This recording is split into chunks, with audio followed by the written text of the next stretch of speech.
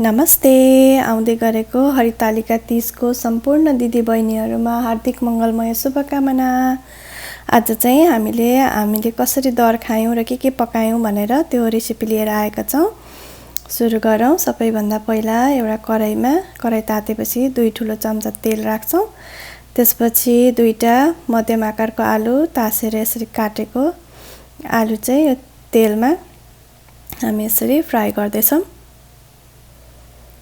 र आलु चाहिँ लगभग हामीले 80% जति पकाएर यो आलु निकालेको छौँ। धेरै चाहिँ नपकाउनु होला। अब आलु फ्राई भइसकेपछि चाहिँ त्यही तेलमा चाहिँ हामीले यसरी मसिनो गरी काटेको फुलकोपीलाई फ्राई गर्न लागिरहेका छौँ। यो चाहिँ हामीले आलु र कोपीको रेसिपी बनाउन लागेको हो। सिम्पल तरिकाले लसुन प्याज नहालिकन बनाएको छौँ यो रेसिपी। लसुन प्याज नखाने हुने सबैजनालाई यो रेसिपी राम्रो हुन्छ। र हामीले यो फुलकोपी फ्राई गर्दैछौँ। अब लगभग फ्राई भइसकेको छ। यसलाई पनि हामी धेरै नपकाइकन 70-80% सम्म पकाउँछौँ। र अब हामी सबै फुलकोपी फ्राई भइसकेपछि निकाल्दैछौँ।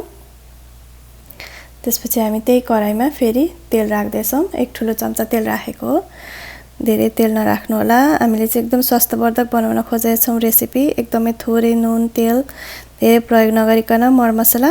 त्यसपछि हामीले 1 चम्चा जिरा राखेको सानो चम्चाको र एउटा ठुलो टमाटरलाई यसरी काटेर राखेको। अब टमाटर गलुन्जेल हामीले भुटेको छौँ। त्यसपछि हामीले 1 सानो चम्चा बेसार र 1 सानो चम्चा धनियाको धुलो राखेर पकाउँदैछौँ।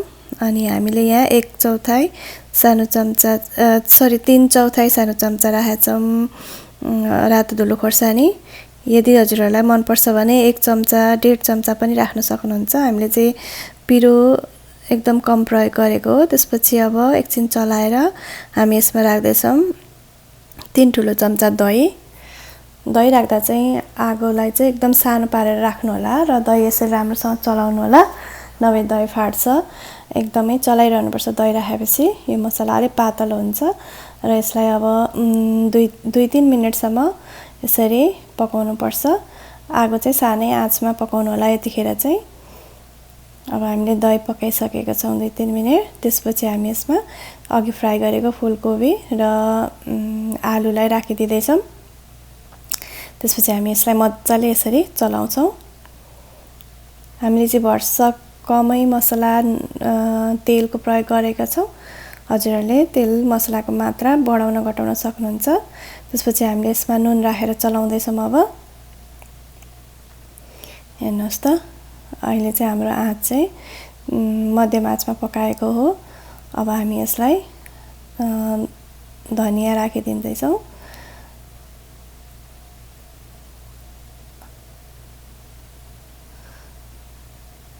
धनिया राखिसकेपछि चाहिँ हामी यसलाई एकचोटि फेरि राम्रोसँग चलाउँदैछौँ। र अब हामी यसलाई छोपेर मध्यम आँचमा हामी 4-5 मिनट पकाएर यसलाई खोलेर फेरि एकपल्ट यसरी चलाउँछौँ र फेरि छोपेर पकाउँछौँ। र हाम्रो यो फुलकोपीको तरकारी रेडी भइसकेको छ। अब लागौँ दोस्रो रेसिपीतिर। हामीले यहाँ 2 केजी कुखुराको मासु लिएको हो। त्यसमा 2 सानो चम्चा बेसार राख्दैछौँ र हामी राख्दैछौँ एउटा कागतीको रस। एउटामा अलिक कम राखेको हामीले चाहिँ कागतीको रस। अनि त्यसपछि हामी राख्दैछौँ 1.5 ठुलो चम्चा रातो खोर्सानीको धुलो र त्यसपछि राख्दैछौँ स्वादअनुसार नुन। अनि हामीले यहाँ अदुवा लसुनलाई कोरेर राखेका छौँ। र अब हामी यसलाई राम्रोसँग मोल्दैछौँ।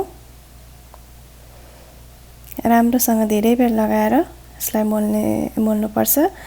हामीले चाहिँ हात धोएर सफा हातको प्रयोग गरेर यसलाई मोलेको हो। अब हाम्रो यो चिकन म्यारिनेट भइसकेको छ कुखुराको मासु त्यसपछि अब हामी यसलाई छोपेर आधा घण्टा यतिकै छोडिदिन्छौँ। उता अब कुखुराको मासु म्यारिनेट हुँदै गर्दा हामी यहाँ 2 ठुलो चम्चा तेल राख्दैछौँ। त्यसपछि हामी 1 सानो चम्चा जिरा, 2-3 सानो टुक्रा हामी राख्दैछौँ दालचिनी र 3-4 वटा हामीले राखेका छौँ तेजपत्ता। अब त्यसपछि हामी ल्वाङ पनि राखेका छौँ 3-4 वटा र मसिनो गरी काटेको 2टा ठुलो ठुलो प्याज लिएका छौँ र त्यो प्याज पनि राखिदिएर हामी यसरी चलाउँदैछौँ। यसरी मजाले चलाउनु पर्छ र हामीले प्याज अलिक सुनौलो रङको खैरो खैरो हुन्जेलसम्म भुटेर प्याज भुटिसकेपछि अघि म्यारिनेट गरेर राखेको चिकन यसमा राख्दैछौँ र अब यो चिकनलाई चाहिँ हामी राम्रोसँग चलाउँछौँ। यसरी राम्ररी सबैतिर प्याजको मसला लाग्ने गरी चलाउनु पर्छ। यो चिकनमा अघि हामीले चाहिँ नुन राखेर म्यारिनेट गरेको हुनाले अब यो चिकनले पानी छोड्छ। हेर्नुहोस् त पानी छोडेको छ। अब हामी चलाउँदै पकाउँदै गर्छौँ। यतिखेर हामीले चिकनलाई छोपेको छैनौँ र त्यसपछि चाहिँ अब यो चिकनलाई 4-5 मिनट यसरी पकाइसकेपछि हामी यसमा 2टा ठुलो गोलभेडालाई टमाटरलाई हामीले पिसेर राखेका छौँ। त्यसपछि फेरि राख्दैछौँ 1 सानो चम्चा बेसार र धनियाको धुलो राख्दैछौँ 2 सानो चम्चा। त्यसपछि हामी यसलाई फेरि यसरी चलाउँछौँ अनि हामीले रातो धुलो खोर्सानी पनि राखेको छ फेरि यतिखेर आधा चम्चा जति सानो चम्चाको। यदि हजुरहरूलाई पिरो बढी मनपर्छ भने धुलो खोर्सानीको मात्रा बढाउन सक्नुहुन्छ। हामीले चाहिँ एकदमै सबैलाई हुने गरी थोरै मरमसलाको प्रयोग गरेर बनाएको हो। अब हामी यसलाई राम्रोसँग चलाउँछौँ र यतिखेर चाहिँ अब हामी यसमा राख्दैछौँ मरिच चाहिँ हामीले 3/4 सानो चम्चा राखेको छ। यो मरिचले चाहिँ एकदमै मिठो बनाउँछ, स्वादिलो। रातो धुलो खोर्सानी चाहिँ हाम्रो त्यति साह्रो पिरो नहुने खालको थियो। हजुरहरूको बढी पिरो हुन्छ भने खोर्सानीको मात्रा मिलाउनु होला। अब हामीले यसलाई छोपिदिएका छौँ र 4-5 मिनट पकाएका छौँ। 4-5 मिनटपछि यसरी खोलेर अब हामी यसमा राख्दैछौँ गरम मसला 1 सानो चम्चा गरम मसला र धनियाको पात राखिदिएका छौँ हामीले यसरी। अब फेरि हामी यसलाई राम्रोसँग पकाउँछौँ 4-5 मिनटसम्म। चिकन नपकाउन्जेलसम्म चाहिँ हजुरहरूले छोपेर पकाइ नै रहनु होला। राम्रोसँग पाक्नुपर्छ यो चिकन। हामीले चाहिँ बीच-बीचमा छोप्दै पकाउँदै गरेका थियौँ। अब हेर्नुहोस् फेरि हामी यसलाई छोपेर पकाउँछौँ र पाकिसकेपछि चाहिँ हामी यसलाई एकपल्ट मजाले चलाउँछौँ र फेरि यहाँ माथिबाट हरियो धनिया राख्दा मिठो हुन्छ। हाम्रो चिकन तयार भइसकेको छ। अब लागौँ अर्को रेसिपीतिर। अब चाहिँ हामी आलुको अचार कटरको तरकारी पकाउँछौँ पहिला, त्यसपछि चाहिँ हामी आलुको अचार बनाउँछौँ। अब चाहिँ हामीले क्यानको कटर लिएको। हामी बस्ने ठाउँमा चाहिँ फ्रेस कटर पाइँदैन, त्यही भएर हामीले क्यानको कटर पकाउन लागिरहेछौँ आज। त्यो त्यति स्वास्थ्यवर्धक त हुँदैन, तर तीजको लागि चाहिँ हामीले आज यो नै प्रयोग गर्न लागेको छ। हामी बस्ने ठाउँमा अर्को कटर नपाइने हुनाले यो क्यानको कटरलाई चाहिँ लिएर हामीले राम्रोसँग यो पानी फ्याँकेर बेसरी पखाल्नु पर्ने हुन्छ। धेरै पखाल्नु होला, नभए अमिलो हुन्छ। त्यसपछि हामी राख्दैछौँ 2 ठुलो चम्चा तेल अनि यसमा राख्दैछौँ 1 सानो चम्चा जिरा फुलेपछि चाहिँ अब पालो तेजपत्ताको। हामीले 2टा तेजपत्ता राखिदिएका छौँ। त्यसपछि ल्वाङ, दालचिनी र सुकुमेल राखेका छौँ। त्यसपछि लामो गरेर काटेको प्याज राखेर हामी प्याजलाई राम्रोसँग भुट्छौँ।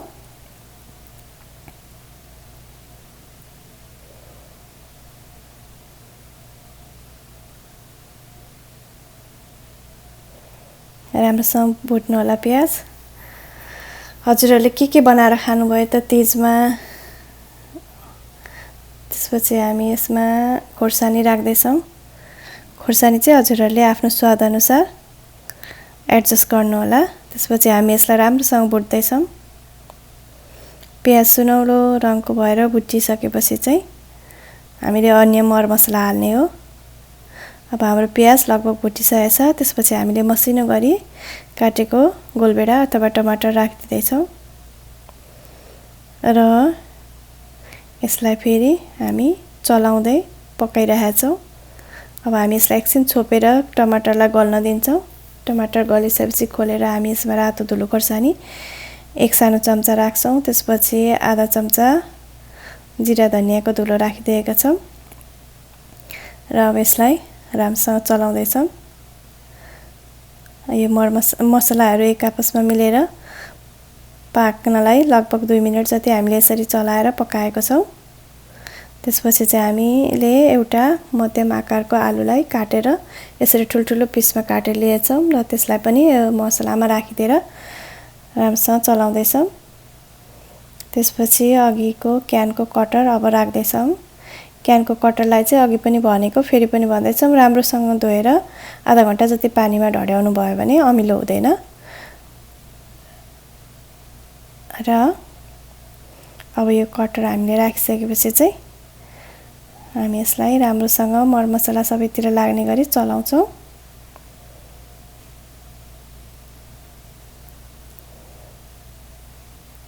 यसरी चलाउँछौँ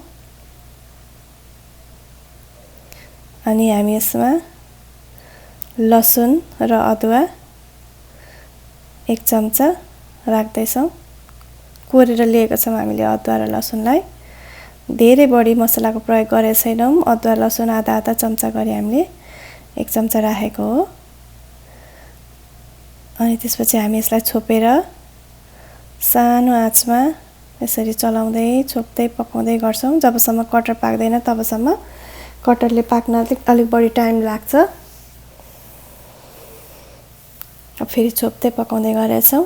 त्यसपछि यदि हाम्रो यहाँ पानी सुक्यो भने चाहिँ अलिक तातो पानी थप्नु होला। चिसो पानी थप्यो भने त्यति स्वादिलो हुँदैन। हामीले चाहिँ यहाँ उम्लेको पानी थपेर यसरी पकाइराखेका छौँ। अब चाहिँ लगभग हाम्रो कटर तयार भइसकेको छ। यतिखेर हरियो धनिया राख्दैछौँ हामी र गरम मसला 1/4 चम्चा सानो चम्चाको गरम मसला राखिदिएका छौँ। अब यसलाई यसरी हामी 2 मिनेट पकाउँछौँ।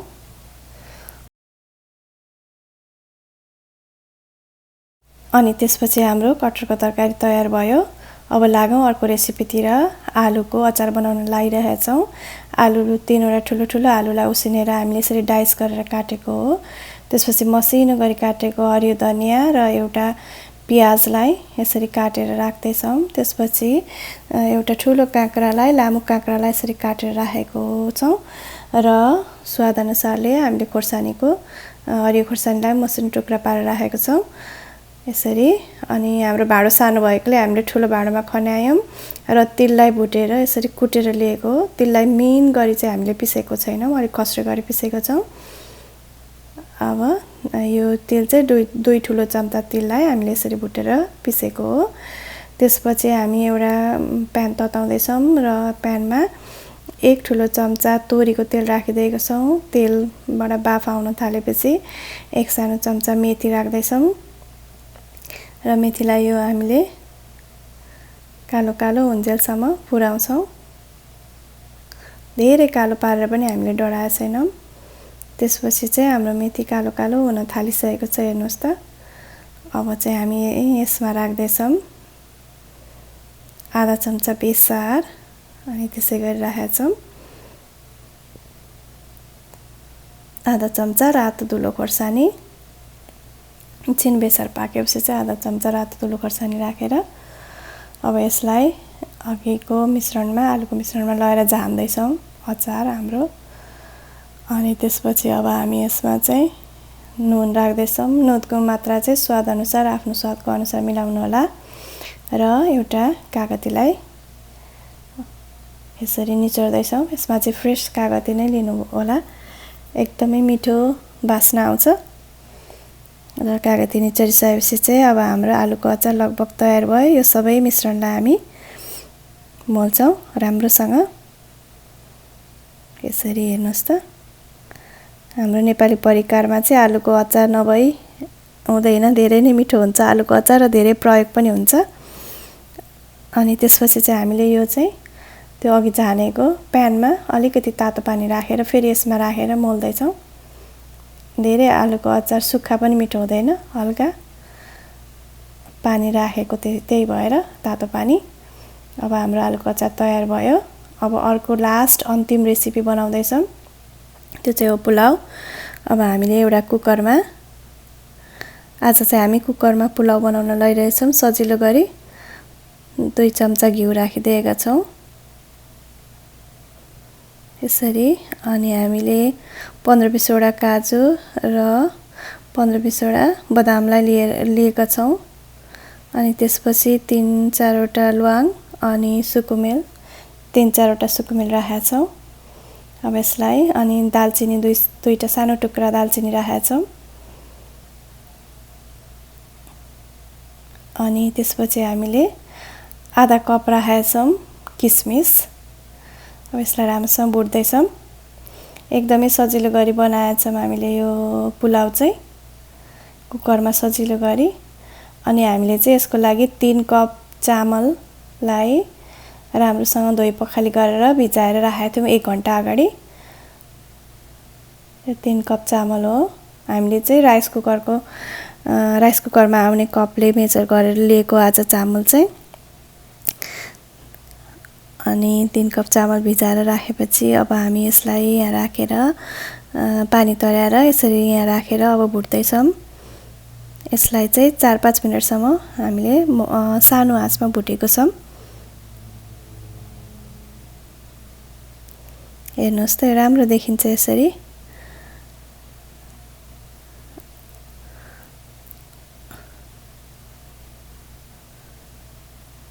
अब हामी पानी राख्दैछौँ। पानी चाहिँ हामीले 3 कप चामल लिएको 3.5 कप पानी राखेका छौँ। साह्रै धेरै पानी पनि नराख्नु होला, गिलो हुन्छ। र अब हामी 1 चम्चा, सानो चम्चा चिनी राख्दैछौँ र थोरै 1/4 चम्चा जति नुन राख्दैछौँ।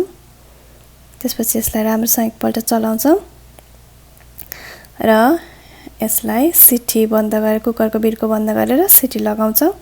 1 सिटी लगाएर हामीले पकाएको 1 सिटी लाग्यो, हेर्नुहोस् त। त्यसपछि सिटीको हावा पुरै गएपछि चाहिँ, प्रेसर पुरै गएपछि हामीले निकालेको हाम्रो पुलाउ तयार भइसकेको छ। ल अब हामी प्लेटिङ गरौँ। सबै हाम्रो तयार भइसक्यो। अब हामी यहाँ राख्दैछौँ कटहरको तरकारी, त्यसपछि पालो यो कोपीको तरकारीको, अनि आलुको अचार राख्दैछौँ।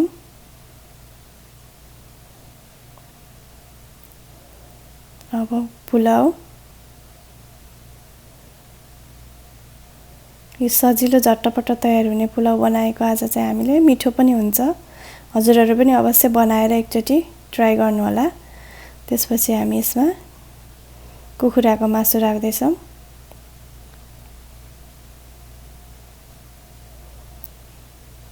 अनि 2-3 वटा गाजर र काँक्रा राखिदिएको। अनि मिठाई राखेका छौँ। मिठाईमा चाहिँ हामीले आज चमचम राखेका छौँ र दही राखेका छौँ। अब हाम्रो तयार भयो दर। हजुरहरू पनि खानुहोला। ह्याप्पी तीज।